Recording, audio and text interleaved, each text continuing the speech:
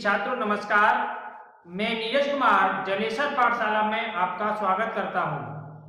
Class 11th के mathematics के इस बैच में हमने अब तक प्रश्नावली 1.1 तथा 1.2 को हल किया है। जहां से आपने प्रश्नों को देखा, कुछ मैंने इसके बारे में इंट्रोडक्शन भी दिया था, जिसमें मैंने आपको समुच्चय तथा समुच्चय के प्रकार के बारे में कुछ प्रकार मैंने आपको बताए थे, जैसे कि समान समुच्चय क्या होता है, रिक्त समुच्चय क्या होता है, एकल समुच्चय क्या होता है। इस तरह से मैंने कई समुच्चयों के बारे में चर्चा की थी। आज अपनी प्रश्नावली 1.3 के शुरू होने से पहले हम इसका भी इंट्रोडक्शन यानी इसका भी परिचय करते हैं, यानी कि इसमें जो सवालों में आने वाली समस्याएं या समुच्चय है जिनके बारे में हम अभी तक नहीं जानते, उनकी हम चर्चा करेंगे और उनके बारे में आज हम सीखेंगे।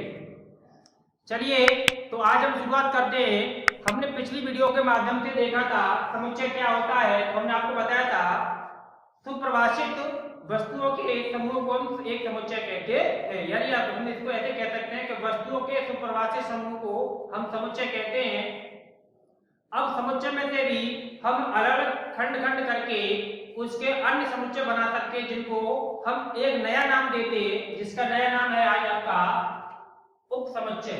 नया नाम क्या आपका उप समुच्चय है, जिसे हम सबसेट के नाम से भी जानते हैं।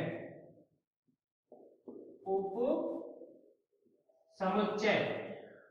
उप समुच्चय क्या होता है, आज हम इसकी चर्चा करेंगे। तो जिस प्रकार से हमने आपको पिछली वीडियो के माध्यम से बताया था, थोड़ा मैं आपको समझा दूं, इसकी परिभाषा भी हम नोट करेंगे। पहले आप इसको देखिए कि समुच्चय का मैटर होता है वास्तव में क्या है। जैसे मान लो हमारे पास एक सेट ए दिया है, जिसमें अवयव है आपके 2 3 4 5। अब एक सेट हमें बी दिया है, जिसके अवयव हमारे पास है 1 2 3 4 5 6 7 8 9 और 10। चलिए अब इसकी बात करते हैं कि समुच्चय कैसे बनता है। अब समुच्चय क्या देखते हैं, इसकी परिभाषा कुछ इस प्रकार से है। यदि सेट ए या समुच्चय ए का प्रत्येक अवयव समुच्चय बी में उपस्थित हो, इसे ध्यान सुने, यदि सेट ए यानी पहला वाला समुच्चय आपका दिया है, इसका प्रत्येक अवयव यदि दूसरे वाले समुच्चय में उपस्थित है, तो पहले वाले सेट को हम दूसरे वाले सेट का यानी कि पहले वाले समुच्चय को हम दूसरे वाले समुच्चय का उप समुच्चय या सबसेट कहते हैं। अब हम यहाँ पर देखते हैं कि समुच्चय का पहला एलिमेंट आपका क्या है 2, तो आपको देखो ये रखा हुआ है। पहले वाले समुच्चय का दूसरा एलिमेंट क्या आपका 3, ये इसमें भी है, 4 ये इसमें भी है, 5 ये इसमें भी है। या अर्थात हम देख रहे हैं कि समुच्चय यानी सेट ए का प्रत्येक अवयव सेट बी में उपस्थित है। अर्थात अब इसको हम लिखेंगे कि समुच्चय ए सबसेट होगा बी का। ये सबसेट का चिन्ह यानी उप समुच्चय का चिन्ह, इसी को हम क्या कहते हैं, इंग्लिश में सबसेट बोलते हैं। मैं ध्यान से इसको सबसेट ही बोलूंगा, तो आप ध्यान रखिए सबसेट का मतलब आपका क्या होता है उप समुच्चय। क्या कहते हैं हम इसको, उप समुच्चय कहते हैं।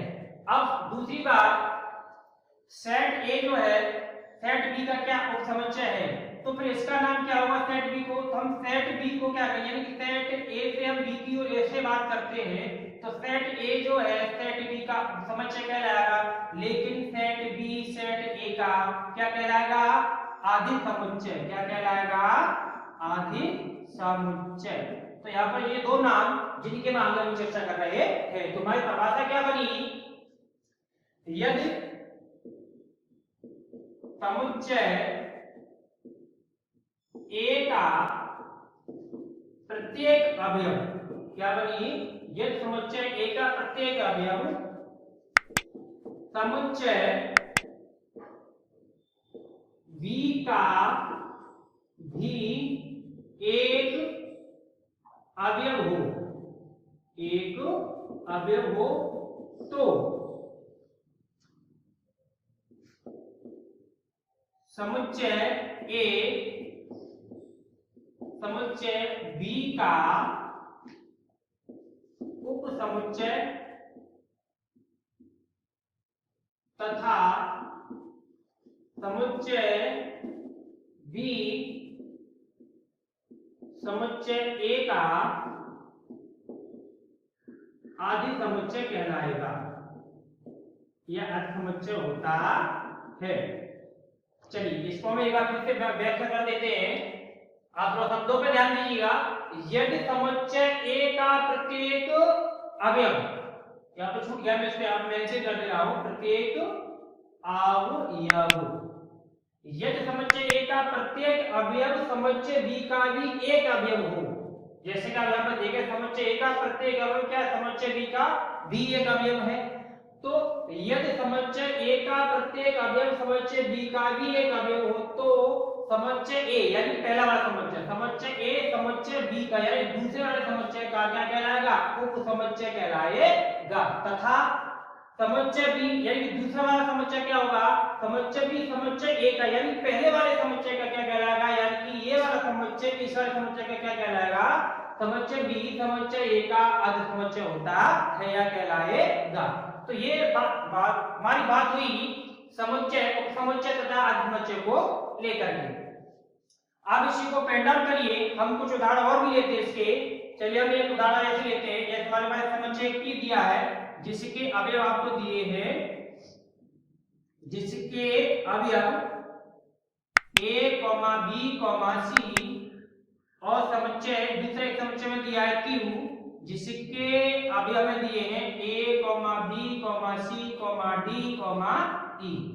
अब हम देख रहे हैं कि समुच्चय A का प्रत्येक अवयव समुच्चय B का भी क्या है, एक अवयव है, इसलिए हम यहाँ कह सकते हैं कि समुच्चय P क्या सबसेट होगा समुच्चय Q का। इस वाली बात को आप ध्यान से देखें, समुच्चय जैसे मैं यहाँ पे लिखा है समुच्चय A, इसको क्या पढ़ते हैं सिंबल को, इस चिन्ह को पढ़ते हैं सबसेट, क्या पढ़ते हैं इसे हम सबसेट, यानी इसका हिंदी अर्थ होता है उप समुच्चय, क्या कहते हैं इसको हम उप समुच्चय कहते हैं। तो समुच्चय A जो है समुच्चय B का यहाँ पर क्या है सबसेट यानी उप समुच्चय, ठीक उसी प्रकार से समुच्चय P यानी कि सेट P सेट Q का भी क्या कहलाएगा, उप समुच्चय कहलाएगा, तथा Q जो है समुच्चय P का क्या कहलाएगा, अर्ध समुच्चय कहलाएगा।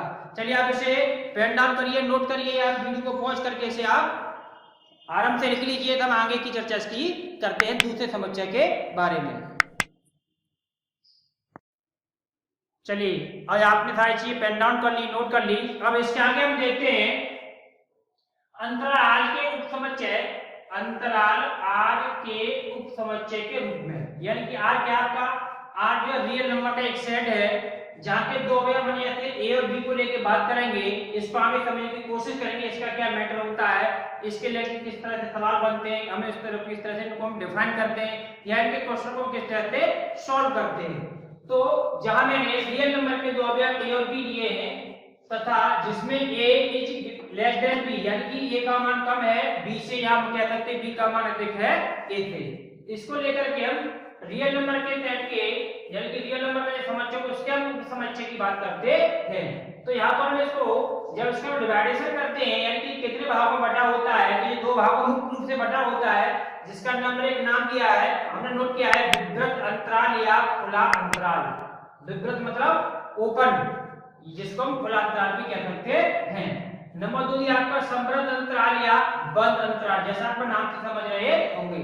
अब ये विवृत या खुला अंतराल कैसे होता है, ये समृद्ध या बंद अंतराल कैसे होता है, जिसको यहाँ पर डिफाइन किया गया है कि A और B दो एक ऐसे अवयव है, किसके अवयव है, ये रियल नंबर के अवयव है, यानी कि वास्तविक संख्या के समुच्चय A और B के दो अवयव A और B हैं। किस प्रकार से है, किसको अगर हम देखिए मान लें कि x से हम इसको प्रदर्शित कर रहे हैं, तो x सच दैट यानी x किस प्रकार से है कि जिसमें A से x का मान कैसा है कि A से x का मान बड़ा है लेकिन B से कैसा है, छोटा है।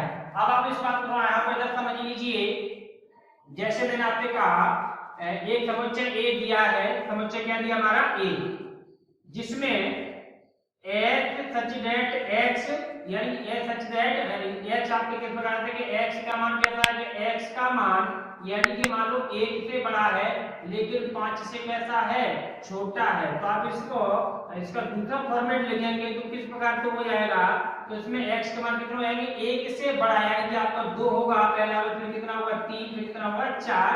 अब ये आपका क्या रोस्टर रूप निकल के आ जाएगी।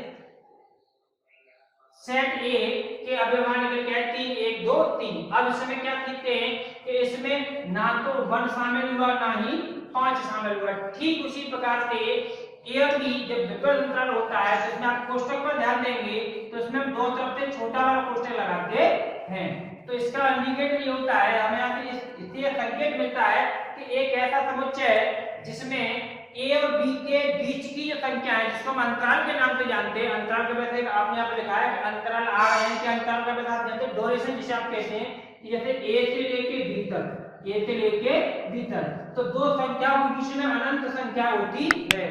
ऐसा हम पिछली क्लास के माध्यम से पढ़ चुके हैं, दो परमेय संख्याओं के बीच में अनंत परमेय संख्या होती है, तो उनका एक समुच्चय है जिसमें हम क्या करेंगे, इसमें ए और बी को शामिल नहीं करेंगे। तो इस प्रकार से बड़े समुच्चय को हम क्या कहते हैं, विवर्त अंतराल या खुला अंतराल, जिसको हम लिखने का तरीका क्या होता है कि ए बी इसको हम लगाएंगे छोटे कोष्टक से, उसमें लिखा है एक्स सच दैट कि ए का मान जो है कैसा है, और एक्स का मान ए से तो बड़ा है लेकिन बी से छोटा है। जिसका उदाहरण मैंने आपको जो समझा दिया है, आप क्या करेंगे, इस पे आप ऐसे नोट कर लेंगे कि ए एक ऐसा सेट है जिसका एक अगर एक्स सच दैट कि एक्स का मान 1 से बड़ा है लेकिन 5 से छोटा है, तो एक्स से बड़ी संख्या 5 से छोटी संख्या है, जिनको पूर्णांक के तौर पर हम ये नंबर से लेते हैं, तो आपका नंबर क्या है, 2 3 और 4, 2 3 और 4। तो इस प्रकार के समुच्चय को हम क्या कहेंगे, विवर्त अंतराल या खुला अंतराल। अब इसका ठीक दूसरा रूप हम समझते हैं, जहां लिखा आपका संवृत अंतराल या बंद अंतराल।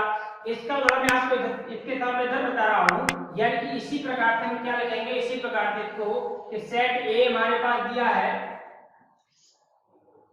सेट ए जिसके अवयव की शर्त है कि एक्स सच दैट, और एक्स किस प्रकार से शामिल होगा इसमें कि एक्स का मान कैसा होगा कि ए से या बड़ा या से बराबर तथा बी से छोटा या इसके बराबर होगा, अर्थात इसमें ए और बी दोनों अवयवों को शामिल किया जाएगा, जैसे यहाँ पे लिखा है। अब यहाँ पर मैं ए और बी की जगह मान लूं, जैसे मान लो ये संख्या थी 1, सेम इसी प्रकार से यहाँ हमने लिया है 1 से 5 तक, 1 तथा यहाँ पे लिख दिया मैंने आपको समझने के लिए क्या 5।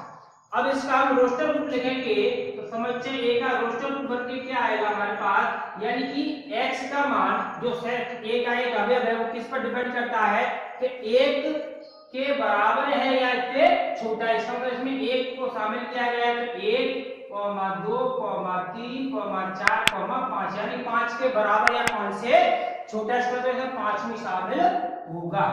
तो इस प्रकार से दूसरा प्रकार में समझ में आया, पहला प्रकार खुला अंतराल, दूसरा बंद अंतराल। तो खुले अंतराल में आपके जो अंतम बिंदु प्रारंभिक बिंदु और अंतिम बिंदु के जो निर्देशांक होते हैं, जैसे आपको या अवयव कहते हैं, उसमें शामिल नहीं किए जाते। इसमें आपके पहला अवयव और दूसरा अवयव भी इस प्रकार के बंद अंतराल में शामिल किया जाता है। तो ये थी यहाँ तक की जानकारी। अब इसके बाद हम सीखेंगे कि खुला अंतराल जरूरी नहीं कि आपका दो तरफ से क्या हो, खुला हो, कभी कभी एक तरफ से खुला भी एक दूसरे से बंद भी हो सकता है।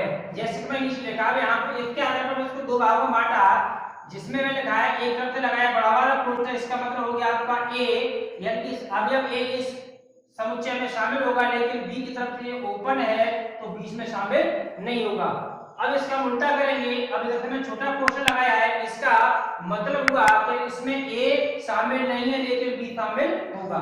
अब इसका भी मैं इसका रोस्टर रूप, इसका समुच्चय में रूप लिख देता हूं। इसके नीचे इसका अगर कैसे बनेगा तो हम इसको लिखेंगे, जैसे एक सेट को भी मान लिया हमने।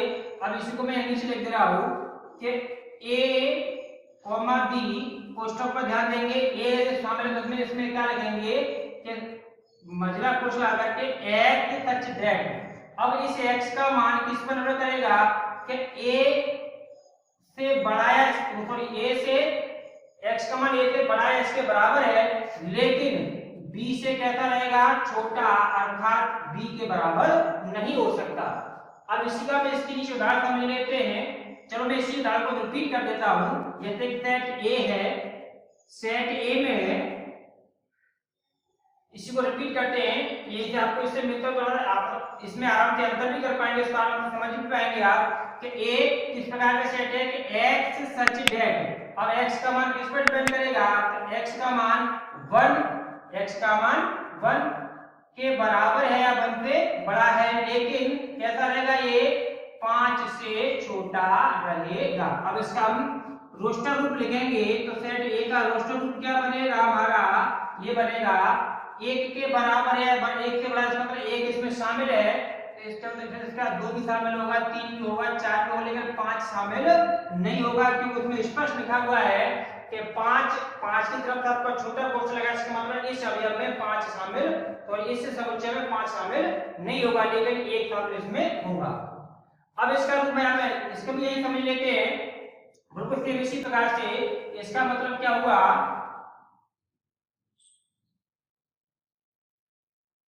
ए की तरफ से छोटा कोष्ठक, बी की तरफ से क्या बड़ा कोष्ठक, यहां से आप समझ गए होंगे। इसका मतलब इसमें ए शामिल नहीं होगा, लेकिन बी तो काउंट किया जाएगा, बी को इसमें शामिल करेंगे। तो इसका मतलब इस समुच्चय को बनाएंगे समुच्चय निर्माण में, तो x सच दैट, अब x का मान कैसा रहेगा, तो x का मान यानी कि a इसमें शामिल नहीं, इसका मतलब a से तो बड़ा होगा लेकिन b से छोटा है, लेकिन सॉरी a का वन ले लेते हैं इसमें, नहीं सॉरी इसका ऐसे ले लेते हैं a और b।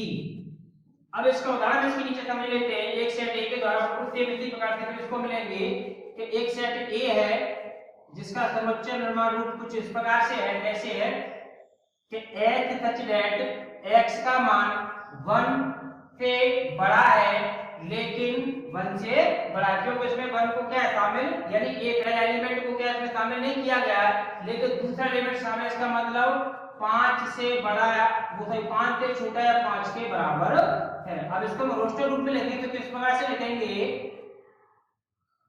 अब इसको लिखेंगे कि इसमें एक को शामिल किया है, इसका मतलब 2, 3, 4, 5। अब ये सारी चीजें आपकी क्लियर हो चुकी होंगी। चलो इसको हम एक बार रिकॉल करते हैं, सारी चीजों को पुनः समझने की कोशिश करते हैं। अंतराल अंतराल का मतलब होता है जैसे यहाँ से यहाँ तक, जैसे आप कोई दो शहरों के बीच में एक शहर के बीच में जो अंतराल आपको लगाया होती है, जो डिस्टेंस या जो समय का अंतराल था, यानी कि उसके बीच या उसके दरमियान आने वाली चीज को हम अंतराल में रखते हैं। तो हमने a और b दो ऐसे ये जो रियल नंबर से बिलोंग करते हैं, तो a और b दो नंबर के बीच में असंख्य पढ़ने संख्या पाई जाती है। इसकी चर्चा पिछली क्लास के माध्यम से भी कर चुके, आप जानते भी होंगे। अब इसका जब रियल नंबर को समुच्चय बनेंगे, जहां से इसके दो प्रकार के बनते थे, खुला अंतराल या विवृत अंतराल, बंद अंतराल या समृद्ध अंतराल। तो खुला अंतराल क्या होता था, खुला अंतराल में हमें जो दो अवयव दिए होते थे a और b, यानी इसको मैं एक ग्राफ के माध्यम से समझे, जैसे मान लो यहाँ पे ये ग्राफ का है जिसमें लिखा है a और b, यानी कि a और b का मतलब इसमें हमने खाली सर्किल सा खींचा है, इसका मतलब इसमें a और b को शामिल नहीं किया गया, लेकिन इनके बीच में जो भी नंबर्स आएंगे वो सभी इस समुच्चय में पाए जाएंगे। तो इसको हम कहते हैं कौन सा, खुला अंतराल या विवृत अंतराल। अब इसका हम ग्राफ से समझेंगे, तो इसका मतलब समृद्ध अंतराल या बंद अंतराल। तो सिर्फ इसी प्रकार से मैंने यहाँ पे लिया एक सर्किल आपको यहाँ बनाया जो a को शो करता है, दूसरा सर्किल मैंने यहाँ पे बनाया जो b को शो करता है। अब इसको मैं क्या करूँ, डार्क कर दूंगा, इसका मतलब इससे इंडिकेट होता है या समझ में आता है कि इस समुच्चय में a तथा b के सारे बीच के नंबर और a तथा b को भी शामिल किया गया है। तो ये था आपका खुला अंतराल या बंद अंतराल। इसी के इसको परिभाषित किया गया था कि a, b दो ऐसे अवयव हैं जिनके बीच में जो भी नंबर था, जिसको मैं x से डिनोट कर रहे हैं, आपको ये x में इसको शो किया है, लेकिन इस x की वैल्यू किस पर डिपेंड करेगी, यदि ये खुला अंतराल है तो x का मान a से कैसा होगा, a से बड़ा होगा, लेकिन b से कैसा होगा, छोटा होगा। अर्थात इसमें a b को शामिल नहीं किया गया था। इसी को फिर आगे हम दो भागों में बांट लिया था, किस प्रकार से, एक बार में a को शामिल किया गया तथा b को शामिल नहीं किया गया, जैसे यहाँ पर लिखा है a को शामिल किया गया, b को शामिल नहीं किया गया, यहाँ पर a को शामिल नहीं किया गया, b को शामिल किया गया है। अब इसमें आगे समझते हैं, तो इसको हम इस प्रकार परिभाषित कर सकते हैं कि a और b दो इस सेट के इस समुच्चय के ऐसे अवयव हैं, इसको हम x से इंडिकेट करते हैं, मानते हैं कि x सच यानी कि x इन दोनों के बीच का इनके दोनों के अंतराल का एक ऐसा समुच्चय है जहां पर x का मान क्या a से बड़ा है, a के बराबर है, लेकिन b से छोटा है। इसी के लिए हमने उदाहरण लिया था कि ऐसे एक सेट a लिया, सेट a में हमने x सच लिखा कि x का मान किस प्रकार से डिपेंड करेगा कि x का मान कैसा होगा, 1 से बड़ा या 1 के बराबर होगा, यानी 1 के बराबर होगा, या 5 से कैसा होगा, छोटा। तो हमने इसको रियल नंबर का समुच्चय, रियल नंबर आपके वास्तविक संख्या में 1 2 3 4 आ गई, एक को हम क्यों इसको इस समुच्चय x का जो मान है 1 के बराबर, 1 से बड़ा है तो बड़ा मतलब 2 आ गया, 3 आ गया, 4 आ गया, और एक बीच में शामिल है, इसका मतलब 1 के बराबर भी और 1 से बढ़ा लिया, लेकिन 5 को हमने इसमें नहीं लिया क्योंकि 5 से सारे लोग कहते हैं छोटे हैं, तो 1 से तो स्टार्ट हो रहा है लेकिन 4 पे आके खत्म हो रहा है, जिसमें 5 को शामिल नहीं किया गया था। अब इसका दूसरा रूप इधर था आपका, जो एक तरफ से खुला दूसरी तरफ से क्या है, बंद है, अर्थात इसमें एक को शामिल नहीं किया गया, बी को शामिल किया गया है। तो सेम इसका पॉइंट इधर है जहां आप समझ सकते हैं कि x का मान जो है कहता है 1 से बड़ा है, 1 से बड़ा है, 1 से छोटा भी नहीं होना, 1 के बराबर है। इसका मतलब इसमें 1 को यानी 1 को शामिल नहीं किया जाएगा, लेकिन 5 से कहता है 5 से छोटा या 5 के बराबर है, अर्थात 5 को इसमें शामिल किया जाएगा। तो इसमें 1 से बड़ा है, इसका मतलब 2 3 4, और 5 से क्या है, 5 से छोटा है 5 के बराबर, इसका मतलब इसमें 5 को भी शामिल किया। तो ये तो आपका पहला टाइप हुआ जिसके दो भाग थे, आपको समझा दिए, और आपको उम्मीद है आपकी हर चीज समझ में भी आ रही होगी। यदि आपको बीच में कहीं समझने में दिक्कत होती है तो आप क्या करेंगे, आप इस वीडियो को बाद में पुनः आप इसको एक बार देख लें, आपको फिर भी समझ नहीं आता क्या करेंगे, उसको पुनः बैक कर करके उसको फिर से चला के देखें। ये सारी चीजें आपको मुझे 2-3 बार लगातार उसको बैक करके समझ रहोगे तो वो उम्मीद है आप 2-3 बार में इन चीजों को बड़े आराम से समझ पाएंगे, क्योंकि ये गणित है, गणित को आप भगवान ना समझिए, एकदम खेल की तरह ले, एंजॉयमेंट करें, इसमें थोड़ा आनंद होकर पढ़ें, फ्रेश दिमाग से पढ़ें, चीजों को बार बार पढ़ें, जिससे आप चीजों को अच्छी तरह से समझ पाए, क्योंकि गणित आपका रिवीजन मांगता है। ऐसा इतना आसान नहीं है कि आप इसको एक बार पढ़े समझ जाए।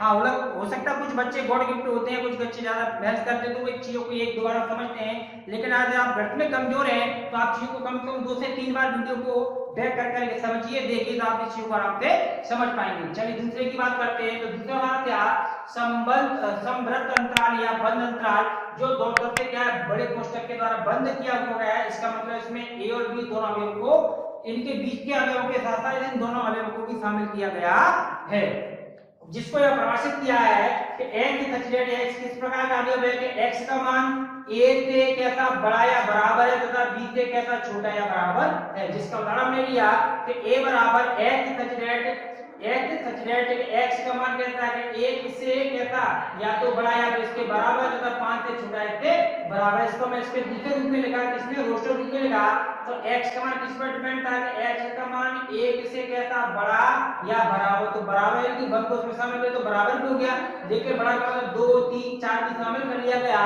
अब इधर हम देख रहे हैं कि 5 से कहता है 5 से छोटा है 5 के बराबर, तो 5 को लेके तो 5 के बराबर की शर्त पूरी हो गई, लेकिन 5 से छोटा पीछे बैठ करके देखिए तो 5 से छोटे भी हमारे पास अवयव दिए हुए हैं। तो ये आपका अंतराल आर के उपसमुच्चय के रूप में, जिससे आप पेन डाउन करिए, वो उदाहरण के और आराम से वीडियो को बैक करके पुनः समझिएगा। आपके समझ में नहीं आया एक बार में तो मैं तो उम्मीद करता हूँ ये सारी चीज आपके एक बार में समझ में आ चुकी होंगी। यदि आपको ये सारी चीज अच्छी लगी तो प्लीज वीडियो को आप लाइक कर दीजिए और अधिक से अधिक शेयर करिए, चैनल को सब्सक्राइब करिए। चलिए आगे की चीज को हम देखते हैं, इसका जल्दी से आप स्क्रीनशॉट लीजिए, हम आगे चीज को फिर समझाते हैं। चलिए इसका आगे के हम देखते हैं और कौन कौन से समस्या में इसमें काम आने वाले हैं।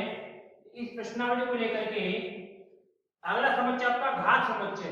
कौन सा समुच्चय है? घात समुच्चय, यानी कि इसको कहते हैं पावर सेट। ये क्या होता है? ये बहुत आसान चीज है, आप आराम से एक बार में समझ जाएंगे। इसका अगला मैंने नोट किया हुआ सार्वत्रिक समुच्चय यानी कि यूनिवर्सल सेट। ये दोनों सेट ऐसे हैं, इनको आपने अगर समझा तो आगे की चीज आपकी बहुत आसान होने वाली है। चलिए देखते हैं।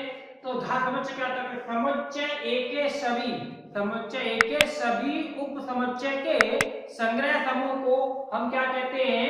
घात समुच्चय कहते हैं। चलिए एक बार फिर पढ़ लेते हैं। समुच्चय ए के सभी उप समुच्चय के संग्रह को घात समुच्चय कहते हैं। इसे PA, यानी कि इसको लिखने का भी तरीका है, वो क्या होता है? Power set of set A, यानी कि पावर सेट किसका? सेट A का। इसको हम इस तरह से लिखते हैं, यहाँ पर हमारा सेट A है तो सेट A के लिए P लगाएंगे, यानी पावर सेट लिखेंगे। ये सेट B है तो सेट B के लिए PA लिखेंगे, B लिखेंगे।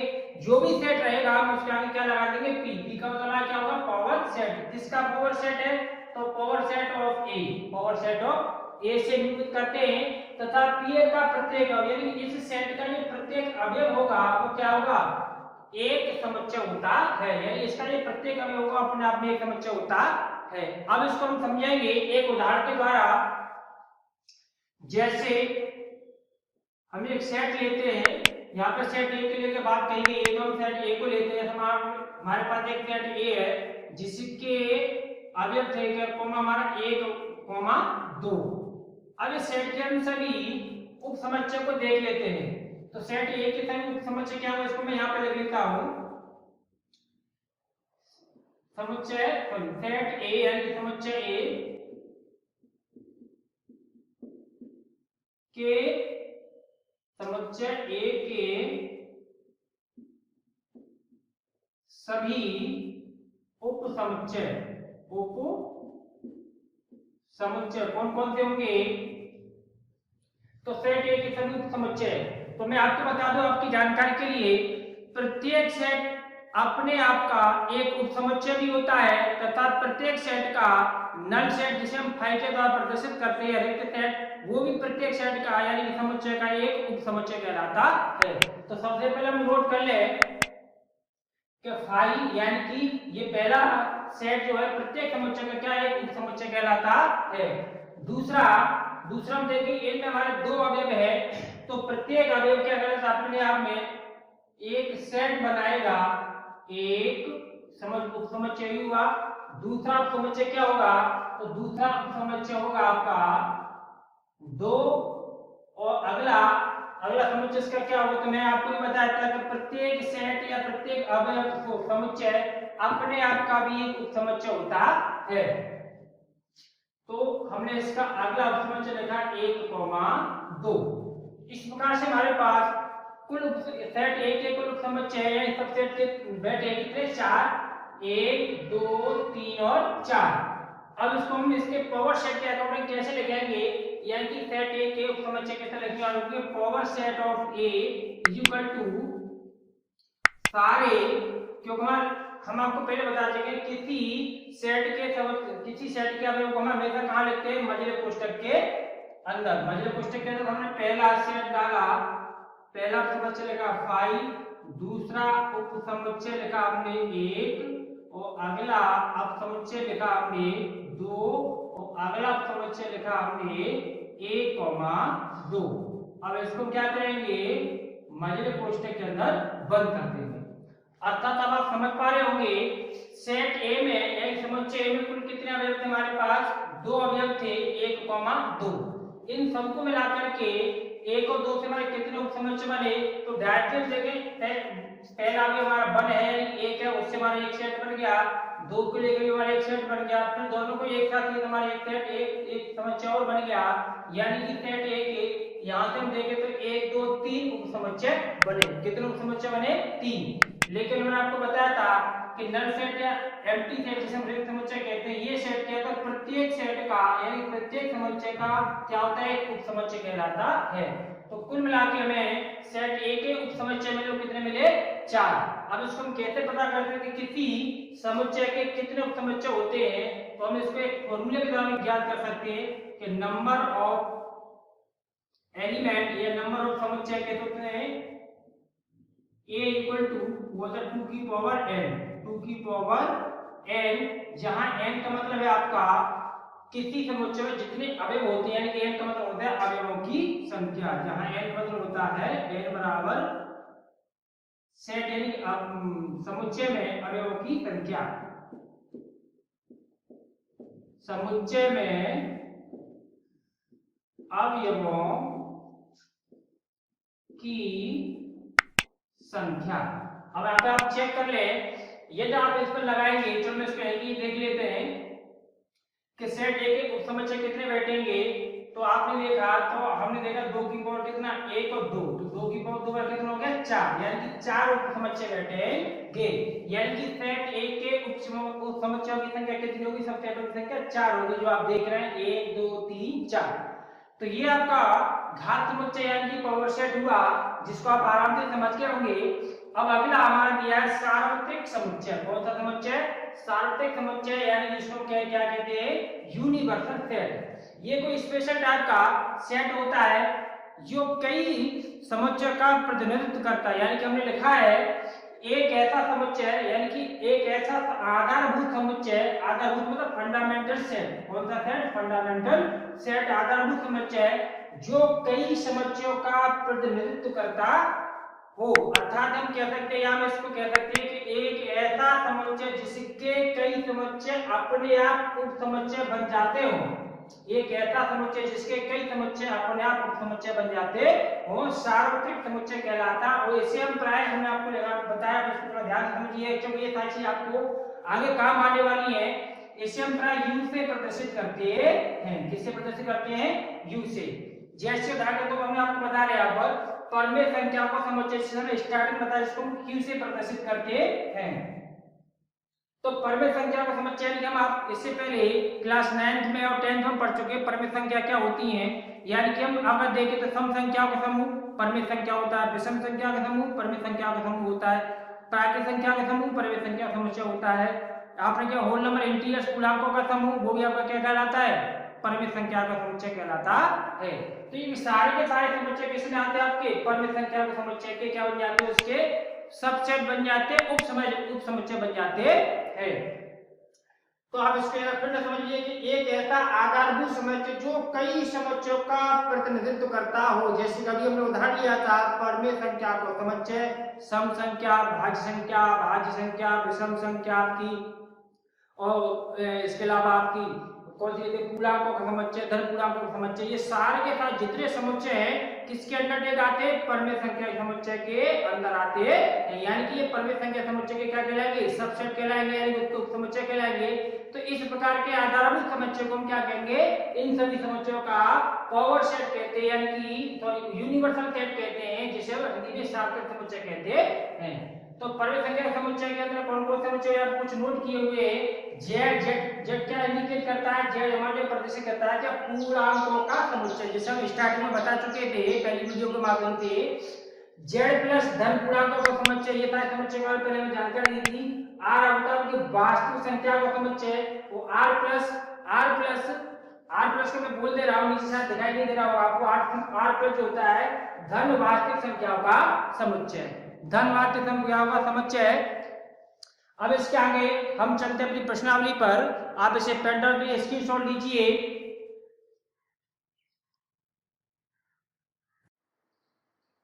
चलिए अब आप अपनी प्रश्नावली को शुरू करते हैं। प्रश्नावली आपकी 1.3। लेकिन मैं अनुरोध करूंगा जिन छात्रों ने बीच में आकर के इस वीडियो को देखा हो वो कृपया करके पहले इस प्रश्नावली से संबंधित जितने भी समुच्चय है या अन्य महत्वपूर्ण बातों के बारे में बताया है, पहले जाकर के आप उनको देखिए, तभी आप इन प्रश्नों को अच्छी तरह से समझ पाएंगे। नहीं अंश आपके सिर्फ ऊपर से निकल जाएंगे मैंने क्या बता दिया और आप क्या पढ़ रहे हैं। तो आप इस बात को बेहतर ध्यान दें, पहले आप पुरानी चीजों को पढ़ें, उसके बाद इस वीडियो को आप यहाँ पर आकर के देखते हैं। चलिए नेक्स्ट अगला प्रश्न, पहला प्रश्न आना दिया है रिक्त स्थानों में दो प्रतीक दो चिन्ह दिए हैं। पहला ये यानी कि सबसेट वाला, दूसरा सबसेट नहीं वाला। यानी कि यदि कोई पहला समुच्चय दूसरे समुच्चय का उप समुच्चय है तो आप पहला चिन्ह भरेंगे, तो उप समुच्चय नहीं तो दूसरे चिन्ह को भर करके कथन को सही बनाएंगे। ये इस प्रश्न का निर्देश था। चलिए इस बात को ध्यान रखते हुए प्रश्नों को पढ़ते हैं, करके सवाल को लगाते हैं। बहुत ही आसान और मजेदार क्वेश्चन है जिन्हें आप अगर आपने पिछले नियम को पढ़ लिया है वास्तव में तो अपने आप से प्रत्येक प्रश्न को आप लगा सकते हैं। पहला प्रश्न आपका दिया है, एक सेट दिया पर यहाँ ए और बी करके दो सेट अलग नहीं दिए गए, लेकिन हम सेट ए और बी अपने मन में मानते हुए इन सभी सेटों को यानी समुच्चयों को देखेंगे और देखेंगे कि पहले सभी सेट दूसरे सभी सेटों के क्या समुच्चय है या नहीं। ये समुच्चय है तो समुच्चय वाला चिन्ह भर देंगे, समुच्चय नहीं है वाला चिन्ह भर देंगे। तो पहले समुच्चय दिया आपका अवयव दिया है 2, 3, 4। यदि पहले समुच्चय के तीनों अवयव दूसरे समुच्चय में पाए जाते हैं तो पहला समुच्चय क्या दूसरे वाले समुच्चय का उप समुच्चय कहलाएगा, अन्यथा नहीं कहलाएगा। चलिए तो देखते हम। तो पहला अवयव इसका दिया 2, इसमें है यस है। अगला समुच्चय इसमें दिया आपका 3, इसमें है हाँ है। इसमें दिया 4, इसमें दिया 4 हाँ है। इसका मतलब पहला समुच्चय दूसरे समुच्चय का क्या होगा, एक अवयव होगा। बात आपकी समझ में आ चुकी होगी। इसी प्रकार के अब अगले प्रश्नों को देखते हैं। उम्मीद करता हूं प्रश्नों को अपने आप से कर लेंगे और समझ भी जाएंगे। इसमें क्या है कि पहला सेट के पहला एलिमेंट दिया 1, इसमें नहीं है। बस यही से हमें पता चल गया कि पहला सेट दूसरे सेट का सबसेट नहीं हो सकता।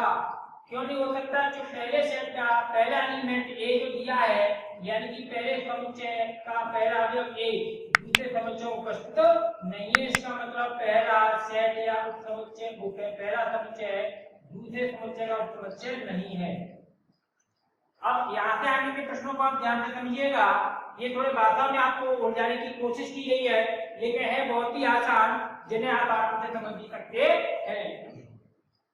तो एक्स क्या है? पहले यानी कि यहाँ से लेकर यहाँ तक आप एक समझ चुके हैं, इसका एक अवयव है, लेकिन किस प्रकार का अवयव है आप इसको ध्यान से पढ़ेंगे तो क्या सच डेट इस प्रकार के एक्स आपके विद्यालय की कक्षा 11th का एक विद्यार्थी है, यानी कि आपके विद्यालय में क्लास 11th में जो छात्र पढ़ते हैं उनमें से एक्स क्या एक विद्यार्थी है। चलिए अब अगला इसका सेट दिया है, इसको लेकर के यहाँ भी कहा है एक्स के इस दूसरे वाले सेट का एक अवयव है, लेकिन किस प्रकार का अवयव है? तो लिखा है सच डेट, यानी इस प्रकार का अवयव है कि एक्स आपके विद्यालय का एक विद्यार्थी है।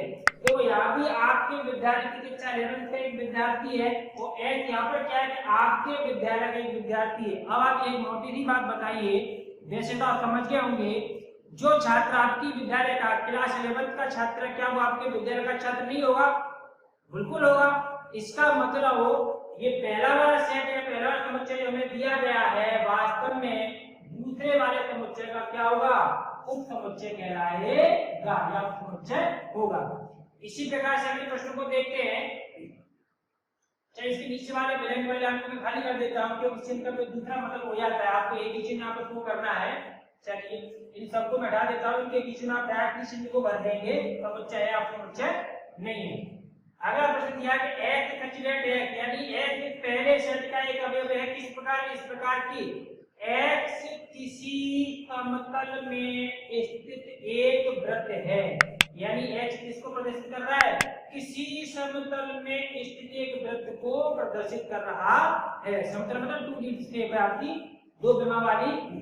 अब दूसरा सेट कह रहा है हमारा, दूसरा समुच्चय कह रहा है कि यहाँ पर एक्स इसका एक समुच्चय किस प्रकार है? सच डेट इस प्रकार है कि कहते कि एक्स एक समान समतल में वृत्त है जिसकी त्रिज्या एक इकाई है। बस यही लफड़ा हो गया, जिसकी त्रिज्या न दिया होता, यानी कि त्रिज्या की चर्चा नहीं की होती, तो ये क्या होता? ये पहले वाले समुच्चय को अपना उपसमुच्चय बना लेता, लेकिन यहाँ पे हो गया इसका उल्टा। इसका मतलब ये समुच्चय इस पहले समुच्चय को अपना उपसमुच्चय नहीं कह सकता, इसका मतलब ये इसका उपसमुच्चय नहीं होगा। पहला वाला समुच्चय दूसरे वाले समुच्चय का उपसमुच्चय नहीं होगा। हाँ यदि ये सेंटेंस उल्टे लिखे होते, ये समुच्चय पहले लिखा होता, ये वाला बाद में लिखा होता, तो ये वाला समुच्चय इस वाले समुच्चय का उपसमुच्चय बन जाता। चलिए अगला प्रश्न देखते हैं। पांचवा प्रश्न आपको दिया है एक्स सचिन है, यानी एक्स एक अवयव है, इसका किस प्रकार दिया है कि एक्स किसी समतल में स्थित एक त्रिभुज है। चलो वैसे त्रिभुज हमारे समतल ही बनता है, 2D शेप होती है, समतल मतलब दो बिंदु वाली आकृति होता है। तो एक्स किसी समतल में स्थित एक त्रिभुज है। दूसरा समुच्चय आपको दिया है यहाँ पर कि एक्स किसी समतल में स्थित एक आयत है। अब देखिए दोनों बात अलग अलग है, ये त्रिभुज है और ये क्या है? आयत की बात कर रहे हैं। यहाँ भी त्रिभुज होता तो हम इसको क्या कह देते? पहले वाले समुच्चय को दूसरे वाले समुच्चय का उपसमुच्चय कह देते। इसका मतलब यहाँ पर त्रिभुज अलग बात हो गई, वो आयत आपका अलग हो गया, इसका मतलब ये आपका उपसमुच्चय नहीं होगा, ये आपका समुच्चय नहीं होगा। अब अगला स्टेटमेंट दिया है एक्स कंसिडर्ड किस प्रकार से है कि एक्स किसी समतल में स्थित एक समबाहु त्रिभुज है। किसी समतल में स्थित क्या था? एक समबाहु त्रिभुज है। चलिए कोई बात नहीं, आगे देखते हैं आगे लिखा क्या है। यहाँ पर लिखा है कि एक्स किसी समतल में स्थित एक त्रिभुज है। ये वहां पर मैंने त्रिभुज का चिन्ह बना दिया है, आप चाहे इसको हिंदी में त्रिभुज ही लिख सकते हैं, जगह का अभाव जैसे यहाँ पर त्रिभुज को मैंने लिख दिया। तो देखो यहाँ भी एक त्रिभुज की समबाहु त्रिभुज की बात की है कि जितने त्रिभुज है वो यहाँ पर सारे त्रिभुजों की बात की गई है। तो हम नहीं इस बात को भली बात जानते हैं कि समबाहु त्रिभुज किसमें से आता है? क्लासिफिकेशन ऑफ द ट्रायंगल, यानी कि त्रिभुजों का जब वर्गीकरण करते हैं तो त्रिभुज का एक प्रकार कौन सा? समबाहु त्रिभुज। यहाँ पर देखा भुजाओं का त्रिभुज को तीन भागों में बांटते हैं, समबाहु त्रिभुज, विषमबाहु त्रिभुज और समद्विबाहु त्रिभुज। इसका मतलब पहला वाला समुच्चय इससे बिलोंग करता है, इसका मतलब पहला वाला समुच्चय दूसरे वाले समुच्चय का क्या अवयव होगा, यानी कोई उप समुच्चय होगा। अगला प्रश्न आपको दिया है x सच दैट, क्या दिया कि x एक समप्राकृत संख्या है। समप्राकृत संख्या मतलब आपकी इवन नेचुरल नंबर है, जैसे 2 4 6 8 10, ये क्या आपके ये इवन भी है यानी कि सम भी है और नेचुरल नंबर है, प्राकृत संख्या भी है।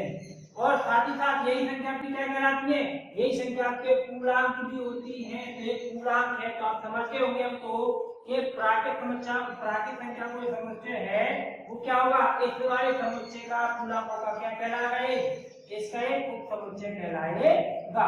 तो ये आपका प्रश्न नंबर 1 कंप्लीट हुआ। ऐसे हम अगले प्रश्नों को आपको समझाते हैं, आप इनको कृपया पेन डाउन करिए, वीडियो को पॉज करके क्या करें आप इसका या तो स्क्रीनशॉट लीजिए या वीडियो को पॉज करके आप इसको पेन डाउन करिए। अब फिर इसके बाद हम अगले प्रश्न की बात करते हैं।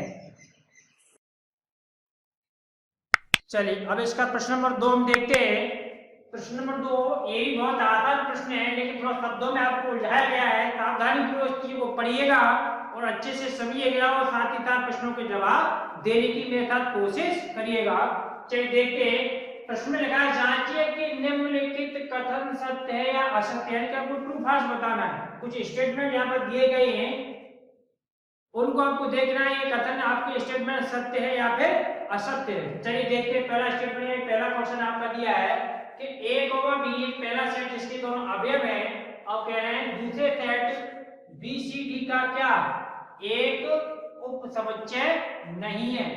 लेकिन हमारे साथ हम देख पा रहे हैं कि पहले सेट का पहला अवयव a दूसरे सेट में है, पहले सेट का दूसरा अवयव b इसमें है। इसका मतलब पहला सेट दूसरे सेट का एक उप समुच्चय होगा। जब यहाँ पर चिन्ह प्रदर्शित कर रहा है कि ये पहला सेट दूसरे वाले सेट का उप समुच्चय नहीं है, अर्थात हमने इसको डिसाइड कर लिया कि ये क्या कथन आपका असत्य होगा। कैसा होगा, असत्य। क्यों, हमें स्पष्ट देख पा रहे हैं कि पहला समुच्चय दूसरे समुच्चय का क्या एक उप समुच्चय है, लेकिन यहाँ पर चिन्ह किसका भर दिया, उप समुच्चय नहीं है का चिन्ह भरा हुआ। इसका मतलब ये पहला क्वेश्चन हमारा क्या था वो असत्य हुआ। अब अगला देखते हैं a, e और क्या देखते हैं पहले सेट के दोनों अवयव दूसरे वाले सेट में उपस्थित है या नहीं है।